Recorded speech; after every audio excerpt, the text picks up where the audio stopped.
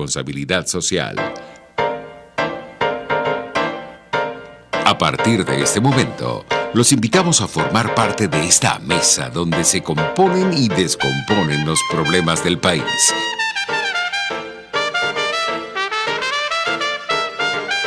RCR presenta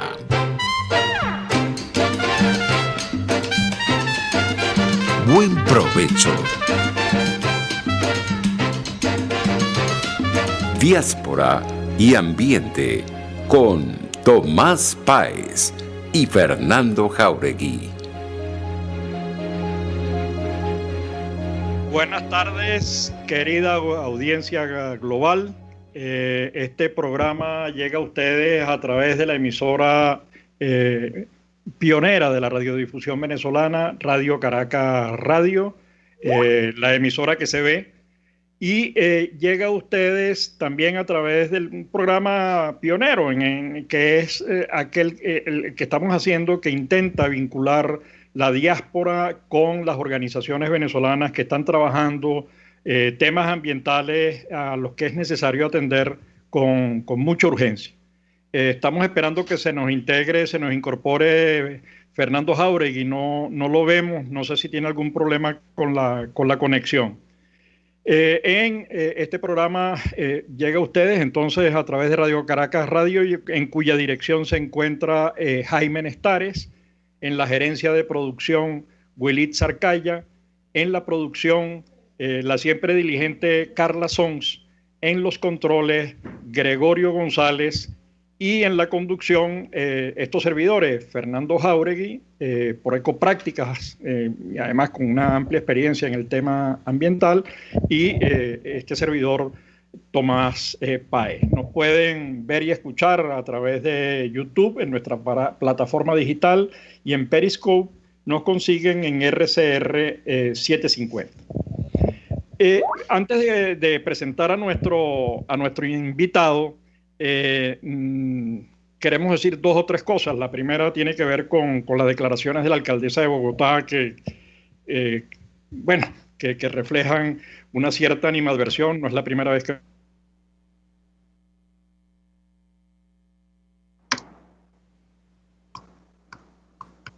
Hola, Carla.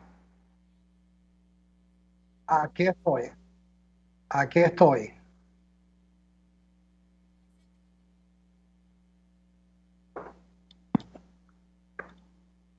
Ok, no tengo audio, no puedo escuchar al resto del grupo. Ajá, pero es que no sé dónde estamos parados en este momentico. Yo soy Fernando Jáuregui de Diáspora y Ambiente. Supongo que ya nuestro querido Tomás Páez está conectado y nuestro invitado Sergio Marín, consultor internacional e ingeniero, para hablarnos del tema de la capacidad hidroeléctrica de Venezuela.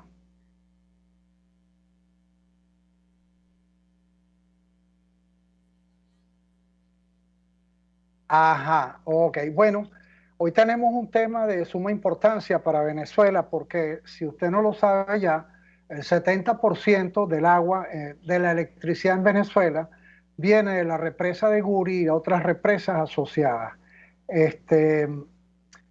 Esto está amenazado en este momento por la gran deforestación que está generando la minería del arco minero, que está amenazando la cuenca del río Paragua y la cuenca del Caroní, que son las principales afluentes de la represa de Guri.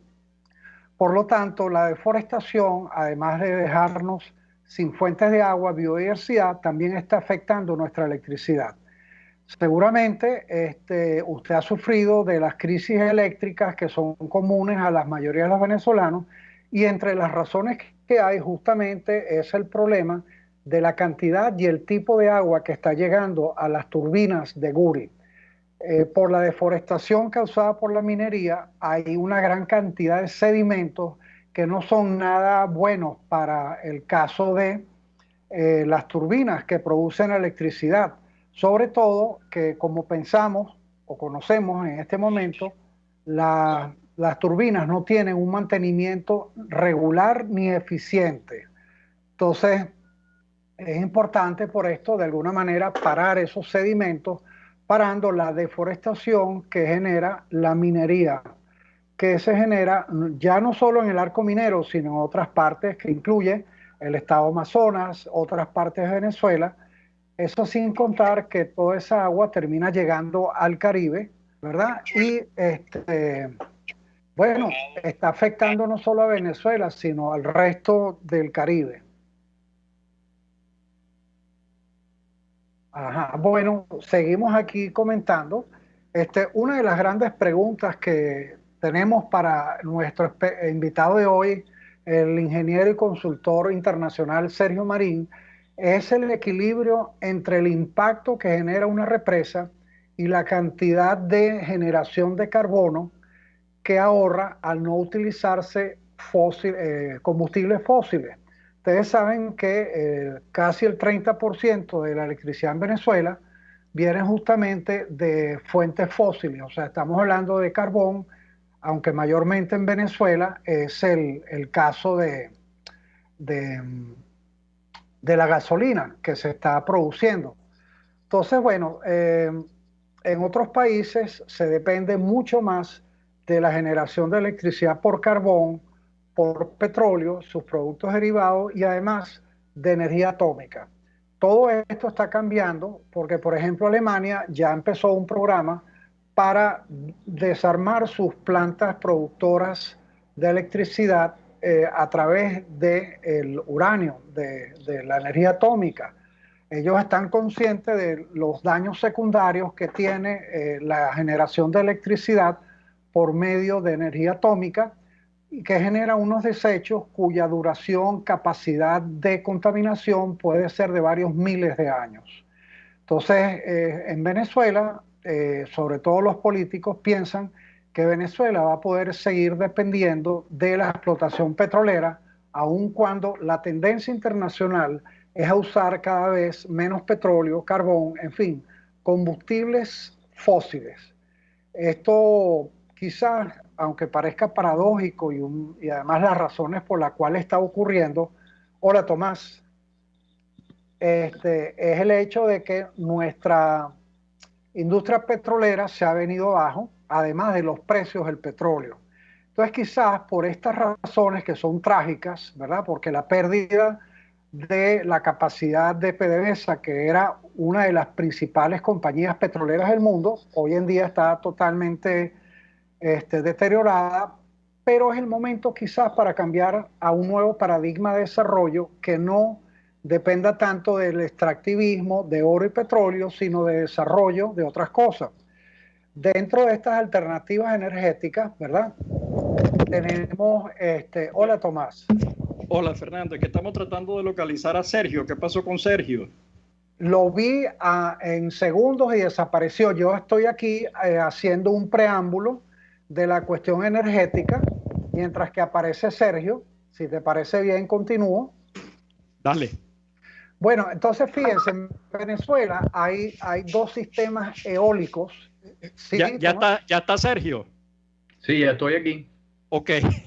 Se hizo la presentación de Sergio, ¿se escuchó? ¿Se había caído la presentación de Sergio?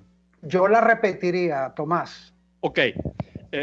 Bueno, es un gran amigo, estudiamos juntos en el Liceo Carlos Zulet, digamos, estamos hablando de que nos conocemos desde que teníamos 11, 12 años. Es profesor en la Universidad Central de Venezuela, es ingeniero civil en hidráulica, máster en mecánica, consultor internacional, con una experiencia enorme en la gestión de proyectos hidroeléctricos, Uribante Caparo, Macagua, Tacoma, etcétera. Es miembro activo de la Academia de Ingeniería y Hábitat y además ha estado preocupado por articular a la academia con los ingenieros que están regados por el mundo, es decir, con la diáspora.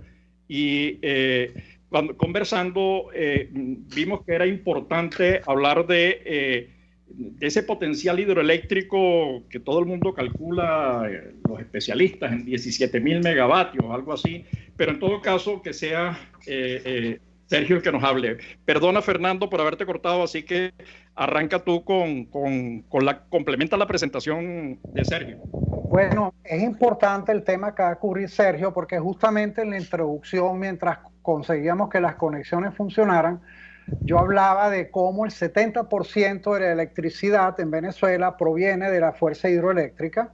Esto podría aumentar, sobre todo si esos proyectos inconclusos que son parte del sistema de Guri se hubieran terminado y puesto a funcionar, que además están siendo afectados por los sedimentos y menor cantidad de agua por la minería del arco minero.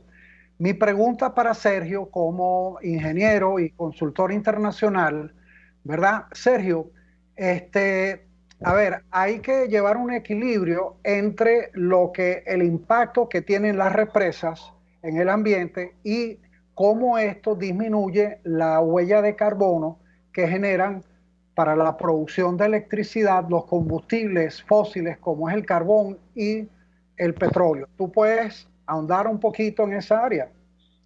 Sí, cómo no, con mucho gusto. La energía hidroeléctrica, como sabemos, es una energía limpia. Es decir, la huella de carbono es muy pequeña porque el combustible que emplea es agua. Y en todo caso, cuando se hace un proyecto hidroeléctrico, lo que uno podría decir que es negativo para el ambiente son las afectaciones, lo que uno tiene que estudiar cuando hace estudios de impacto ambiental, porque hay zonas que son deforestadas, etcétera, y en el mundo entero hay algunas corrientes que están muy opuestas a seguir haciendo grandes embalses y grandes proyectos hidroeléctricos. Ahora, en este sentido, yo hace unas horas pensaba, antes de la conversación, en los siguientes términos que a lo mejor pueden sonar muy simplistas. Y uno habla de la afectación del ambiente por los lagos y por la inundación que produce el lago. Uno diría en contraposición, ¿cuál sería la afectación si en lugar de tener un lago como por ejemplo como el de Guri, que tiene una potencia tan grande, nosotros tuviéramos que talar y producir carbón a partir de los bosques, o tuviéramos que hacerlo a través de carbón? Entonces, como bien decía el día pasado nuestro amigo Pedro García, que estuvo con ustedes en tiempo pasado, las obras de ingeniería siempre tienen algún elemento de afectación del ambiente, pero hay cosas que uno tiene que aceptar, tiene que pagar. Imagínense si Venezuela hoy día no tuviera el proyecto Guri, ¿dónde estaríamos? O sea, como bien decía Fernando, hoy día la alimentación hidroeléctrica, que en una época estuvo en los 70%, hoy día estamos a pesar de la crisis, estamos en el orden de 85% del abastecimiento eléctrico del país es a través de la hidroelectricidad. Entonces, creo que perdí la conexión. Sí, te escuchamos perfecto. Ok, porque está viendo borroso. Entonces, bueno, creo que eso, no sé si eso responde la pregunta. A ver, sí. Sergio, el 33% de los recursos hídricos están en Latinoamérica, ¿no? Los recursos hídricos globales. Y solo utilizamos el 23% para la generación de energía. Y siempre se contrapone, se habla cuando se alude a las energías sustentables, ecológicas, etcétera, se habla de las energías eólicas. ¿Qué tienes que decir tú en relación con la energía hidroeléctrica? ¿Es una energía sustentable? ¿Es ecológica? ¿Es todo lo contrario? ¿Cómo la evalúas en comparación con otras energías? Fíjate. En el sentido de que es hidrológica, que digamos que es ecológica, perdón, pues sí, si el elemento que utiliza es el agua, y si uno se encamina en los proyectos hidroeléctricos, ¿qué es lo primero que tú tienes que preservar? el suministro del agua. Entonces estás obligado a preservar las cuencas, estás obligado a preservar los suelos para no tener problemas de sedimentación. O sea, el mismo aprovechamiento del recurso te lleva a la necesidad de ser conservacionista. Cuando se ejecutan los proyectos mal gerenciados, que después se gestionan mal, se creen problemas ambientales, ya ese es otro problema. Porque cuando uno, eso es una historia que se repite, cuando uno hace un proyecto hidráulico, una de las primeras cosas que uno hace es un plan de recuperación o de mantenimiento de cuencas. Pero después que el proyecto está en operación, la gente se olvida. Y entonces invaden las cuencas, talan, etcétera. Un caso patético en nuestro país es el proyecto hidroeléctrico de Santo Domingo. Cuando se construyó la represa de Santo Domingo, una de las cosas que se sabía, que es que una cuenca tiene bastante arrastre de sedimento, que podían generarse problemas de acumulación o de arrastre de sedimento, y que había que preservar las cuencas. Pero no, se hicieron caminos de acceso en la zona de la cuenca, se construyeron nuevos poblados y se desencadenó, o se aceleró un proceso de producción de sedimento que no es inherente al proyecto hidroeléctrico, es inherente al mal manejo y a la depredación del ambiente en sí. Entonces, y en cuanto a otras energías, bueno, una de las energías más eficientes es la fotovoltaica. Ahora, uno consulta por ahí cuál es el rendimiento de los paneles solares. Un panel solar rinde, según el fabricante y tal, produce entre 70 y 250 vatios de potencia por metro cuadrado. Si nosotros sacamos la cuenta para una pequeña planta, el equivalente para una pequeña planta hidroeléctrica de 10 megavatios, que está considerada entre una pequeña y mediana planta hidroeléctrica, eso significaría que para 70 vatios por metro cuadrado tendríamos que tener paneles solares de 142.000 metros cuadrados o 142 hectáreas. Y si tenemos un rendimiento de 250, que es un rendimiento excelente, para generar esa potencia tendríamos que tener ubicado 40 hectáreas de paneles. Esa es una cifra gigantesca. Que además estaría afectada, está muy afectada por las variaciones de la insolación.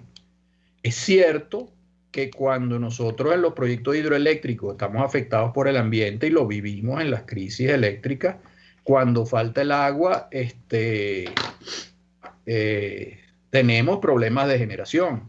Pero esa es una situación mucho más previsible, porque uno puede estudiar los ciclos de los ríos, ver cuál es la capacidad de almacenamiento e incluso prever temporadas secas y temporadas húmedas. Pero cuando uno se le nubla el cielo porque viene una tormenta, oye, eso es casi que aleatorio. No es exactamente aleatorio, pero nuestras predicciones del tiempo van un poco lejos. Y entonces, para prevenir esa situación de que la insolación baja, nosotros tenemos que respaldarnos con baterías. Y entonces, ¿quién habla del problema de contaminación de las baterías? Las baterías son extraordinariamente contaminantes. Ahora, no quiero decir con eso que eso sea negativo. Totalmente. Nosotros tenemos excelentes ejemplos en nuestros Andes de pequeños paneles solares que le dan luz, le dan electricidad a pequeños poblados, o le dan a grupos escolares, o le dan a una posada o a una casa en sitios donde es muy difícil llevar la electricidad. Y eso resuelve un problema, pero es un problema de solución a pequeña escala. Y claro que se puede utilizar esa solución en muchos sitios, distribuido, pero nosotros no podemos pensar en resolver el problema, por ejemplo, del bombeo de agua a la ciudad de Caracas con paneles solares. porque no tendríamos área para poner paneles solares que puedan alimentar las bombas del sistema de abastecimiento. O sea, sí. Fernando.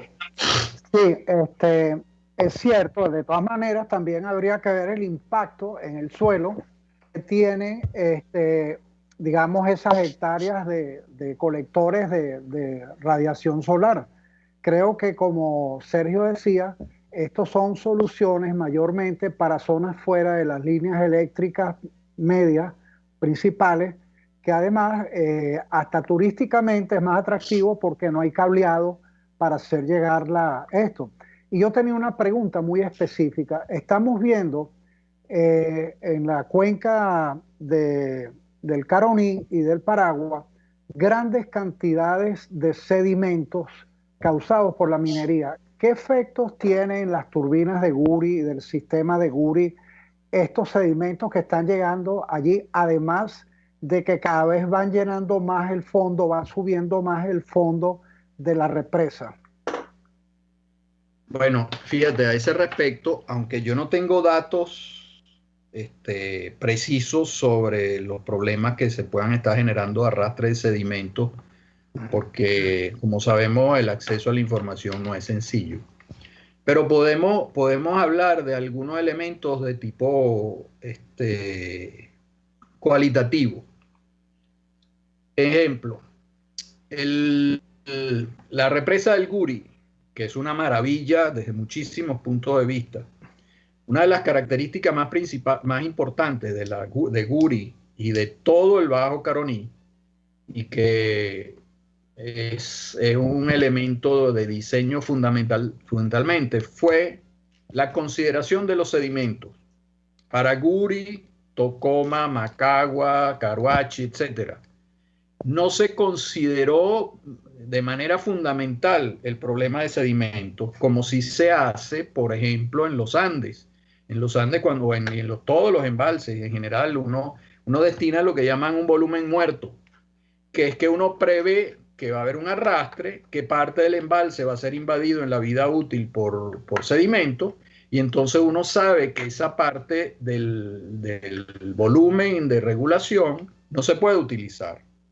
El volumen muerto de Guri es prácticamente cero, porque el arrastre de sedimentos se estimó muy bajo. Entonces, lo que iba desde el punto de vista cualitativo, las aguas del Caroní, nosotros lo hemos visto, por ejemplo, en la confluencia del río Caroní con el Orinoco, son negras por el tanino que hay en las cuencas, pero son limpias, no tienen sedimento.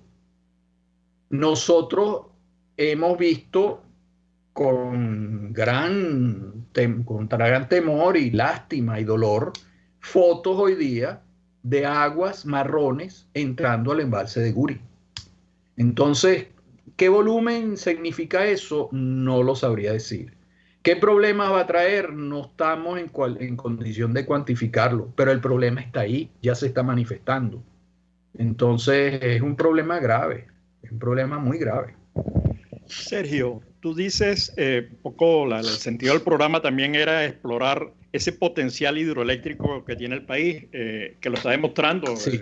La energía que se está distribuyendo proviene básicamente de la energía hidroeléctrica, porque la termoeléctrica, que además consume productos que dañan el ambiente, digamos que afectan el ambiente, o que lo afectan en mayor medida, no está produciendo casi energía.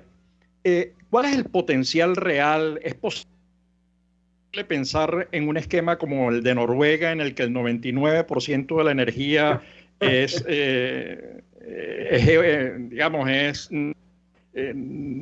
renovable y es hidroeléctrica? Digamos, ¿es posible pensar en eso o no? Sí. Te agradezco mucho la pregunta y voy a decir en términos coloquiales, pedrada en ojo de boticario. Porque una de las cosas que queríamos conversar era efectivamente sobre el potencial hidroeléctrico de Venezuela. Pero espérate, como vas a hablar largo la respuesta, y ya estamos sobre la hora para el segmento de No sé si tú quieres decirle algo, Fernando, alguna pregunta para que él la vaya elaborando para el próximo segmento cuando retornemos. Bueno, lo que tú le preguntaste, como dice, como pedrada en ojo de boticario, es suficiente hasta la próxima intervención. Bueno, entonces nos vamos a corte y regresamos en breve segundo. Usted escucha Buen Provecho por rcr.tv, la radio que se ve. Sintonícenos a través de Periscope, @RCR750, la radio que se ve. Cómo prevenir enfermedades, cómo actuar en casos de emergencias médicas, cómo mantener una buena calidad de vida. Todas estas interrogantes tienen su respuesta en RCR Salud. Todos los domingos, con el Dr. José Eduardo Troconis, comparte con nuestros oyentes notas de bienestar físico, salud mental y social para el buen desarrollo del ser humano. RCR Salud, todos los domingos a las 10 de la mañana, por RCR. Hola, les saluda Alfredo Yuncosa y los invito a acompañarnos a Con Seguridad Radio, el programa pensado en la seguridad de los ciudadanos y las organizaciones. Con Seguridad Radio, todos los sábados a las 12 del mediodía, por RCR, la radio que se ve.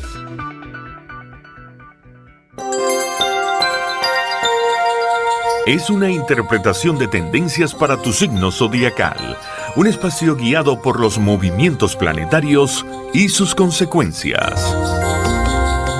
Acompaña a nuestros astrólogos a descubrir lo que le deparan los astros signo por signo. Guía astrológica, todos los sábados a partir de las 3 de la tarde por RCR 750 AM. Mis amigos, quiero hablarles de Bilab Biodiagnóstica, un nuevo laboratorio clínico con un concepto original. Además de estar dotado con los equipos de la más reciente tecnología y el personal de más alta calificación, Bilab Biodiagnóstica te ofrece ambiente y trato amables y los precios más económicos en todos tus exámenes de laboratorio. Pide tu cita en el 0212-945-5788. Bilab Biodiagnóstica, precisión y confianza en laboratorio clínico. Pluralidad contigo, respeto contigo, responsabilidad contigo, libertad contigo. Estamos contigo y punto. De lunes a viernes a la 1 de la tarde.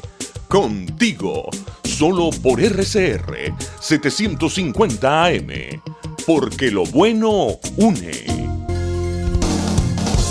RCR 750 AM. Porque lo bueno une. Los grandes temas se debaten en la mesa.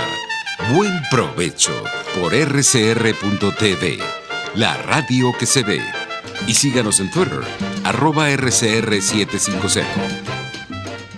Bueno, ya de regreso con nuestro invitado Sergio Marín, profesor universitario, ingeniero especializado en hidráulica, con máster en ingeniería mecánica. Es consultor internacional con una amplia experiencia en todo lo que son los proyectos hidroeléctricos. Al principio del programa decía que habíamos tenido unas reuniones con asociaciones de ingenieros y que se le está dando vueltas a la creación de una asociación global de ingenieros venezolanos. Ahí hay un camino, yo creo que ahí la Academia de Ingeniería y Hábitat tiene muchas cosas que decir. Pero habíamos dejado una pregunta en el aire, que era un poco el sentido del programa. ¿Cuál es ese potencial hidroeléctrico que tiene Venezuela? ¿Lo estamos utilizando? ¿Podemos cubrir con esto las necesidades de un servicio que hoy tiene muchas carencias en Venezuela y que está provocando incluso procesos de migración interna, y además está provocando procesos de destrucción de bosques porque bueno, se está utilizando la leña para el consumo? Entonces, el conocimiento que tiene Sergio en el área es lo que queremos aprovechar para que nos cuente cómo ve el asunto. Bueno, gracias por la pregunta.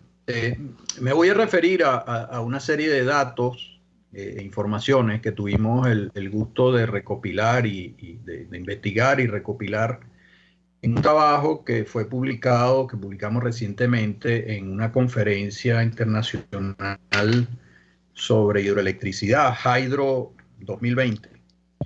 Esa es una conferencia que fue organizada por el ICOL, el Comité Internacional de Grandes Presas.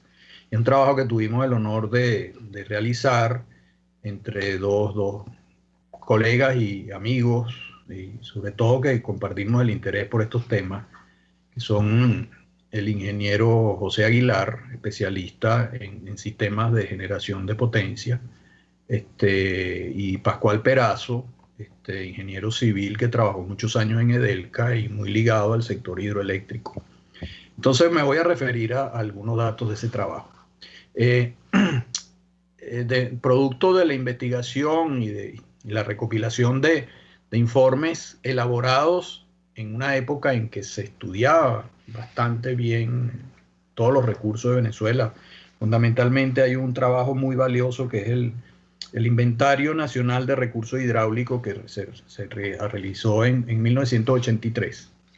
Bueno, y además con datos actuales, etcétera. El potencial hidroeléctrico de Venezuela, en cuanto a generación, a potencia, se puede estimar hoy día en 64 gigavatios, o sea, 64.000 vatios. Para que tengamos una idea, Guri tiene una potencia del orden de los 10.000, o sea, podemos llegar a 6 veces la potencia que tiene Guri. De esos, ese potencial está distribuido una gran parte al sur del Orinoco, en las cuencas del Amazonas, del estado Amazonas y de Bolívar, y otra parte en los Andes. En los Andes tenemos 24 gigavatios y en el Orinoco, en la cuenca del Orinoco, cerca de 60, 59,9. Cualquiera diría, oye, la potencia de los Andes es baja. No, para la zona de los Andes es una bendición tener eso, tener ese potencial tan cerca, porque se pueden hacer desde medianas y grandes plantas hidroeléctricas como ya se hicieron la del Uribante Caparo, hasta muchos pequeños desarrollos que pueden ser utilizados por particulares. Entonces, ese es un gran potencial que tenemos allí. Si nosotros queremos ver, ya entrando en el ámbito de las necesidades del país, bueno,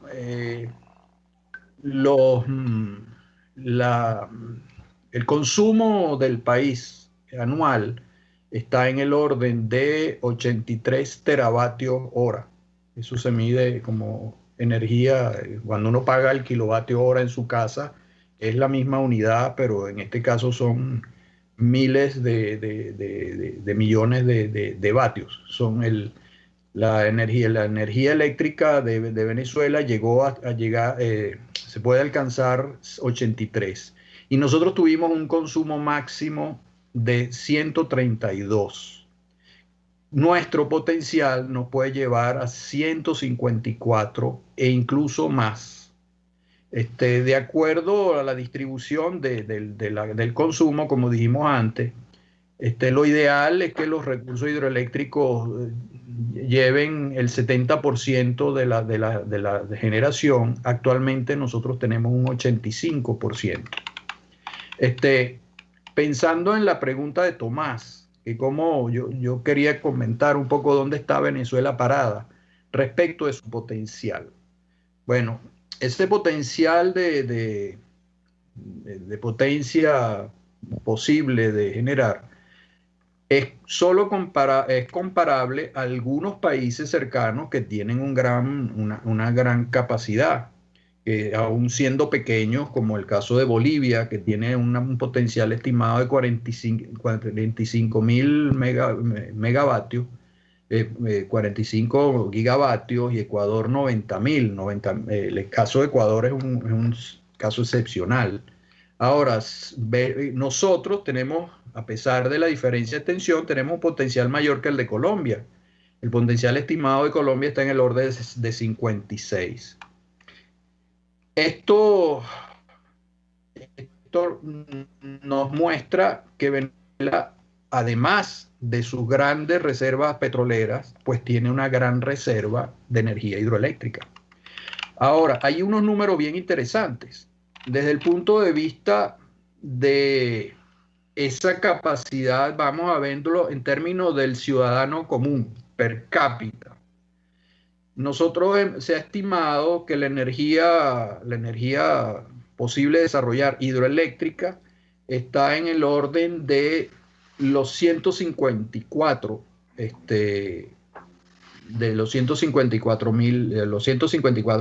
teravatios hora. Con la potencia instalada actual, sin pensar en mayor desarrollo, nosotros estamos hablando de que tenemos una energía del orden de 68 teravatios. Eso se traduce en términos per cápita del orden de 198 kilovatios hora mes. Una persona se estima que requiere 38 kilovatios hora mes. Y una familia se estima que puede requerir, con muy buenos recursos, entre 1.000 y 1.500 kilovatios hora mes. Y nosotros estamos pensando que de acuerdo a la población que tiene Venezuela, con la potencia instalada actual, ojo, con todo el sistema que tenemos disponible que hay que recuperar, nosotros podíamos llegar a 198 kilovatios hora por persona. Ahora, yendo a la pregunta, a la observación de Tomás, es muy interesante hablar del caso de Noruega, porque Noruega sabemos que tiene grandes recursos desde el punto de vista petrolero, o por lo menos son grandes especialistas en la parte petrolera. Y uno diría, bueno, ¿y por qué ellos tienen generación? La generación de ellos está en el orden de los 32.000 megavatios. O sea, nosotros estamos en el orden de en una potencia instalada actual del orden de los 16.000 y nosotros tenemos el orden de 30 millones de habitantes, y Noruega, que tiene cerca de 5 millones y medio de habitantes, tiene el doble de la potencia instalada de nosotros. Y eso lo lleva a una capacidad per cápita, no de 190 y tanto como nosotros, sino de 1929. Entonces, la distancia es grande, ¿no? Es gigantesca. Entonces uno dice, bueno, hay que mirar los buenos ejemplos. ¿Y qué hace Noruega? Noruega vende esa energía. ¿En qué forma? La utiliza desde el punto de vista industrial. Y ese es un ejemplo muy interesante que nosotros tuvimos en el pasado, que es la industria del aluminio. La producción de aluminio se basa en la reducción electrolítica. Y entonces, si nosotros tenemos ese gran potencial, como tuvimos antes de la industria del aluminio, pero además teniendo la materia prima, Noruega no tiene minas de bauxita, nosotros sí.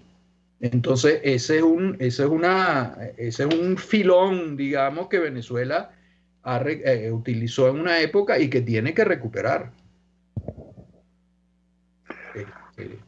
Allá había otra cosa, Sergio. Fíjate, hablando desde otro punto de medida, Alexander Luzardo, quien es el redactor de las normas ambientales de la Constitución del 99, él dice que hay estudios que se calcula que en el Caura, solo en el Caura, el potencial de producción hidroeléctrica es equivalente a la quema de 500.000 barriles de petróleo diarios.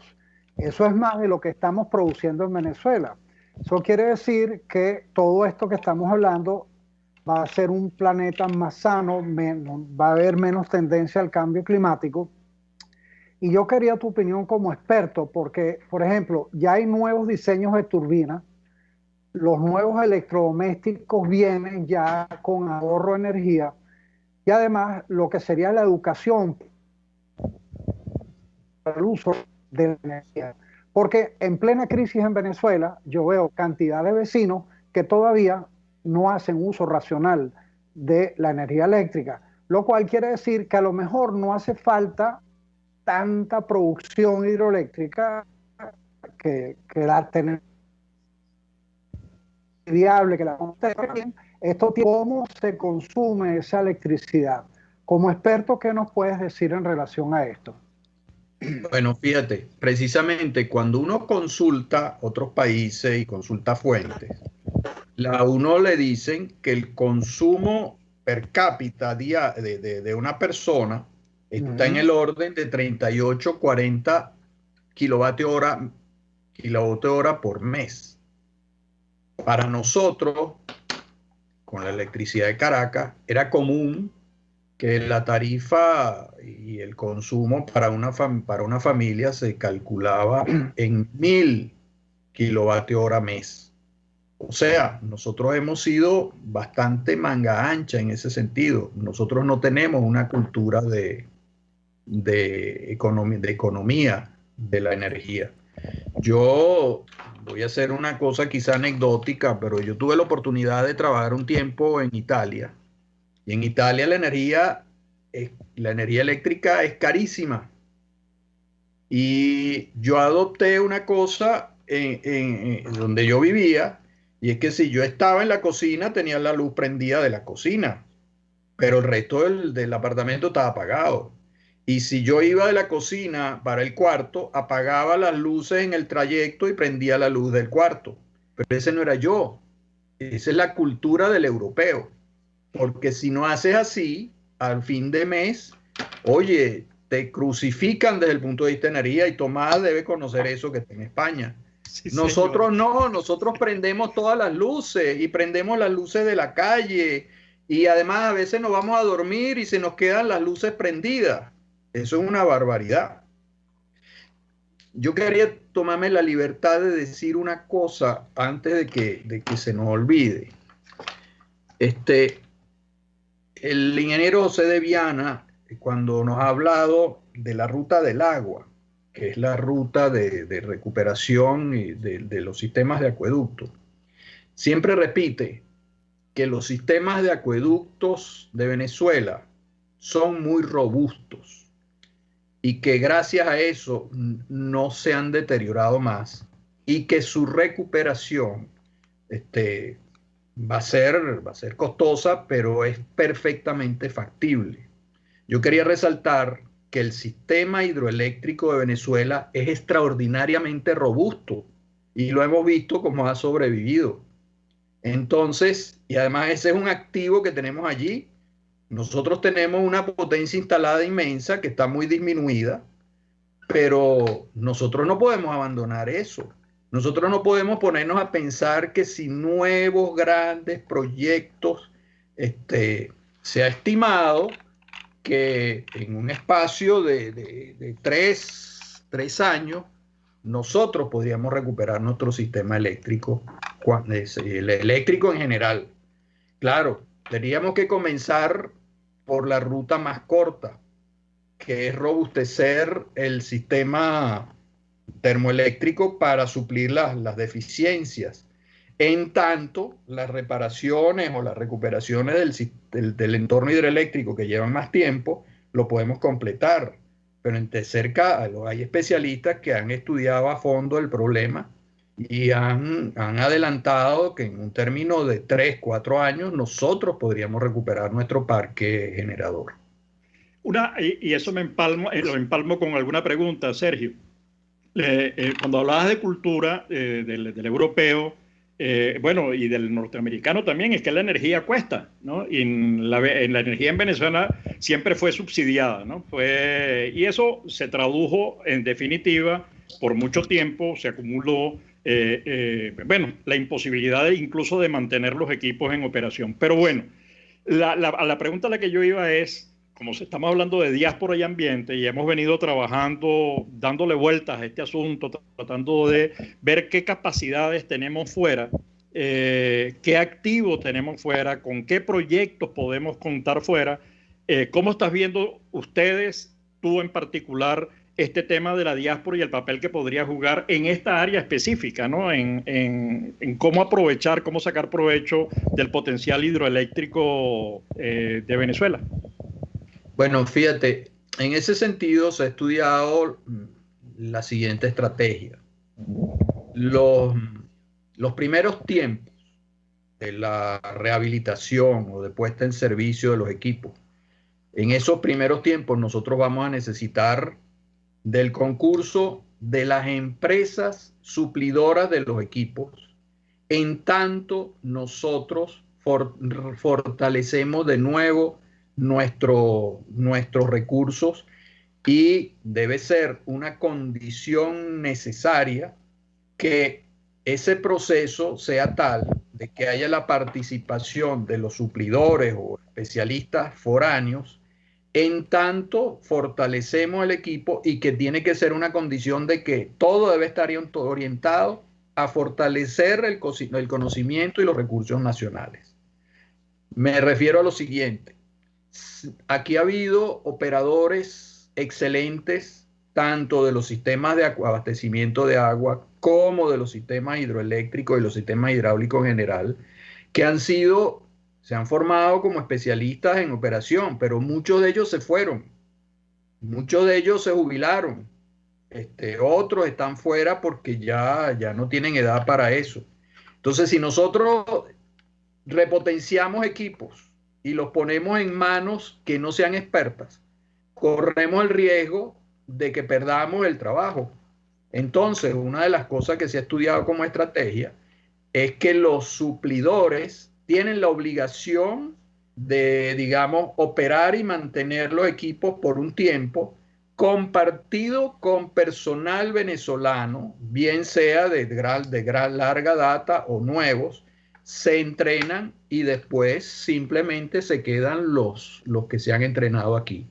Allí jugarán un papel muy importante las personas de la diáspora que conocen y que estén dispuestas a regresar, porque se van a enmarcar directamente allí, y la legislación venezolana tendrá que establecer y favorecer aquellas empresas que incorporan personas de comprobado conocimiento, de comprobada capacidad, que son del país o que son de la diáspora. Y ese personal que tiene fuera no podría contribuir a la preparación, incluso a distancia, o con cursos, talleres, pasando, digamos, formación de capacidades humanas. ¿No lo han visto no lo ves posible, o eso es una idea demasiado alocada? No, sí, eso lo hemos evaluado. Es más, yo he hecho contacto con ingenieros amigos con quienes tuve el gusto de trabajar, y les he planteado la posibilidad de que regresen o que entrenen personal, etcétera. Y no he conseguido ningún caso que me haya dicho que no. Me han dicho que perfectamente están dispuestos. Claro, con las limitaciones que hay. Por ejemplo, me dicen, mira, yo rehice mi vida, yo tengo una empresa, yo no puedo abandonar mi empresa e irme a Venezuela, pero yo puedo trabajar con ustedes a título de consultor, hacer de pasantía o hacer trabajos en tiempo determinado, entrenar gente. Y hoy día, además, con los medios digitales, esa gente que puede impartir cursos, que puede orientar, etcétera, desde la distancia. Asimismo, nosotros podemos ver el Banco Interamericano de Desarrollo, por ejemplo, tiene programas de lo que llaman ellos hacer proyectos por el sistema de asistencia técnica y capacitación. En ese caso es capacitación fuera, y muchos especialistas, yo he tenido la oportunidad de participar, uno asume un proyecto y con algún ente privado y sobre todo público, uno asume el papel de capacitar y después hacer una tutoría durante el desarrollo del proyecto. Eso sería perfectamente viable dentro del caso de Venezuela, con gente de la diáspora y no diáspora, porque uno puede perfectamente poner condiciones a los grandes suplidores, los llamados vendors. Usted va a suplir los equipos, pero usted está obligado a entrenar gente, bien sea de manera presencial o bien sea remota. Bueno, estamos llegando ya al final, Fernando. Rápidamente, porque nos queda menos de un minuto. Bueno, en ese caso, sí, eso que nos comenta Sergio es lo que se llama transferencia tecnológica llave en mano, que hace que los recursos humanos locales puedan tomar cargo de esta tecnología, generar tecnología propia después. Nada, Sergio, yo por mi parte me despido. Quería agradecerte tu sapiencia, tu tiempo, que contamos contigo para recuperar el sistema eléctrico, ¿verdad? A usted que nos ve a través de Radio Caracas Radio, le pido que por favor nos siga en @ecoprácticas, nuestro canal de YouTube Ecoprácticas, nuestra página web ecoprácticas.com. Tomás. Bueno, la verdad que Sergio, bueno reencontrarse después del primer año de bachillerato allí en el Sublé, encontrarse unos cuantos años después en un programa como este, pensando en el futuro de Venezuela, en la necesidad de reconstruirla y en tu caso, en tu área específica, utilizar ese potencial hidroeléctrico de Venezuela. Gracias por tu tiempo y a toda nuestra audiencia global. Bueno, seguimos y nos seguimos viendo todos los viernes a esta misma hora con Fernando Jáuregui y Ecoprácticas y este servidor Tomás Páez. Un abrazo. Diáspora y Ambiente con Tomás Páez y Fernando Jáuregui.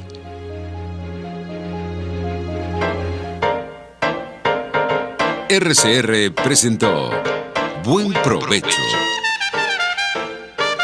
Síganos en Twitter en @RCR750. RCR 750 AM, porque lo bueno une. RCR presentó Buen Provecho, una producción nacional independiente con certificado número 22388 para dar cumplimiento al artículo 14 de la Ley de Responsabilidad Social. RCR 750 AM